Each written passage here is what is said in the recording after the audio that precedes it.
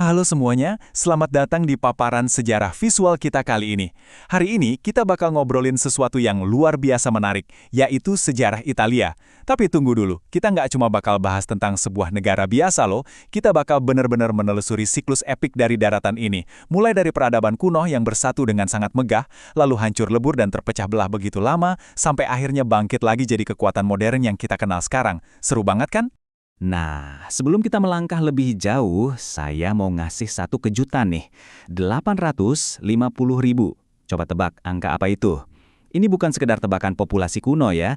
Ternyata jejak manusia udah ada di semenanjung Italia setidaknya sejak 850.000 tahun yang lalu.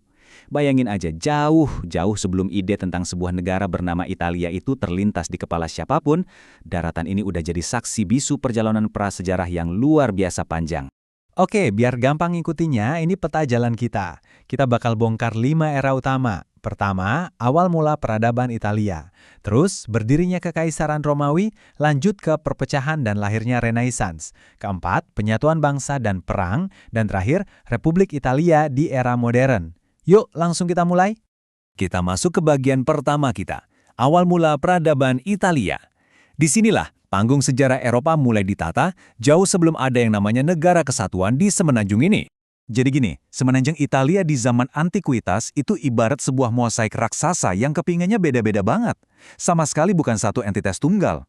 Di sana ada peradaban Etruria kuno yang misterius, terus ada suku-suku Italik asli kayak kaum Latin, Samnit, dan Umri. Belum lagi, ada suku Celt yang mendiami wilayah utara dan para pendatang Yunani kuno atau kolonis Magna Graecia yang asyik menetap di selatan. Pokoknya wilayah ini super kaya secara budaya, tapi benar-benar terpecah belah. Nah, sekarang kita masuk ke babak kedua, berdirinya Kekaisaran Romawi. Mari kita lihat gimana mozaik yang tadinya berantakan ini berubah total jadi sebuah kekuatan global. Kalau kita tarik garis waktunya, semuanya bermula di tahun 753 sebelum Masehi, waktu Roma didirikan sebagai sebuah kerajaan. Terus, terjadi evolusi politik yang lumayan drastis nih, di mana Roma berubah jadi sistem republik pada tahun 509 sebelum Masehi.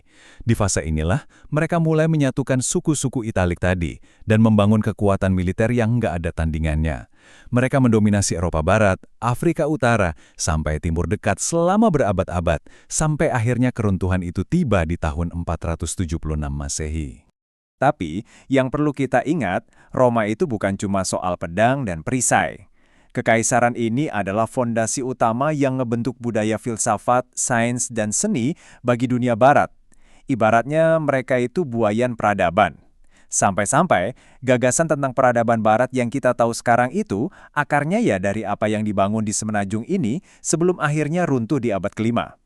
Setelah keruntuhan yang super dramatis itu, kita bertransisi ke era ketiga, perpecahan dan lahirnya Renaissance. Pasca jatuhnya Roma, wilayah ini langsung balik lagi jadi kepingan-kepingan kecil yang terpisah. Dan kondisinya nggak cuma sebentar loh, tapi bertahan sampai berabad-abad, hingga baru benar-benar bisa disatukan lagi di tahun 1871. Yang bikin geleng-geleng kepala dari masa perpecahan ini adalah kontrasnya yang jomplang banget. Di wilayah utara dan tengah bermunculan republik maritim yang luar biasa kaya, kayak Venesia dan Genoa, bersandingan dengan kuatnya negara gereja. Tapi coba tengok ke selatan. Wilayah selatannya ini malah bolak-balik dijajah dan terjebak dalam sistem feodal.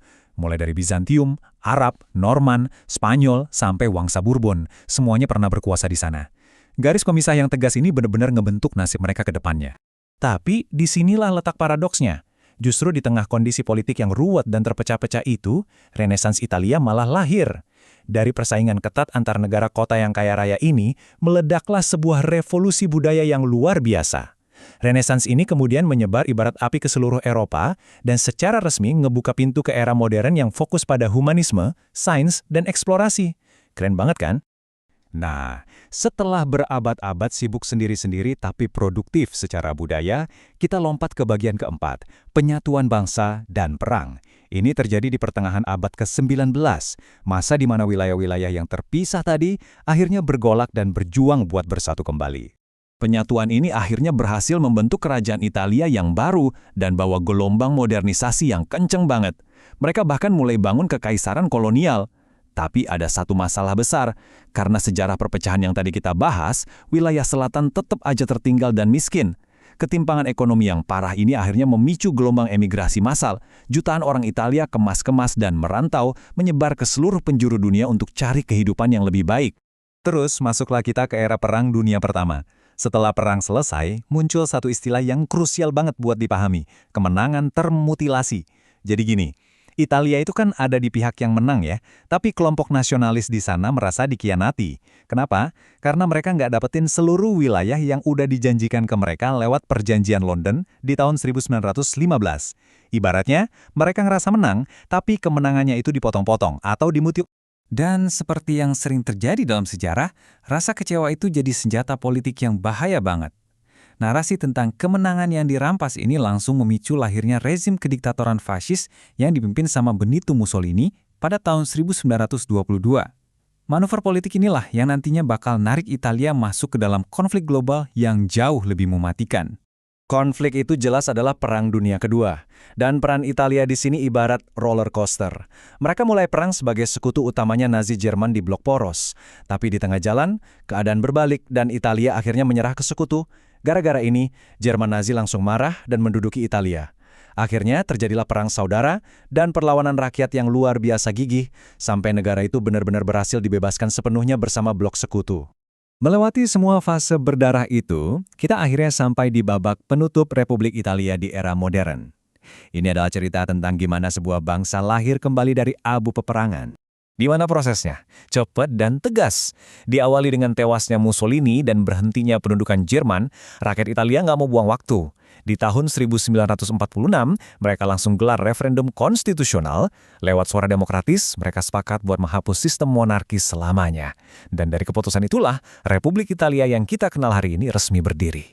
Dan Republik baru ini langsung tancap gas. Mereka ngalamin ledakan ekonomi pasca perang yang benar-benar masif. Nggak cuma ngebangun ulang negaranya, Italia juga balik lagi jadi pemain utama di kancah global. Mereka jadi salah satu negara pendiri Uni Eropa, ikut ngebentuk aliansi NATO, dan otomatis masuk ke jajaran elit ekonomi dunia kayak G7. Sebuah kebangkitan yang benar-benar epik. Jadi, dari semua cerita ini, ada satu pertanyaan menarik buat kita renungkan. Gimana ceritanya? Sebuah wilayah yang awalnya cuma kumpulan suku kuno, terus menguasai dunia, pecah belah ribuan tahun, dan hancur lebur gara-gara Perang Dunia, akhirnya bisa bangkit lagi dan jadi pilar utama peradaban Eropa modern? Bukankah ini bukti nyata dari ketangguhan luar biasa sebuah peradaban? Semoga paparan ini bisa ngasih kalian perspektif baru ya. Terima kasih banyak udah nemenin saya melusuri sejarah yang luar biasa ini. Teruslah belajar dan sampai jumpa di paparan berikutnya.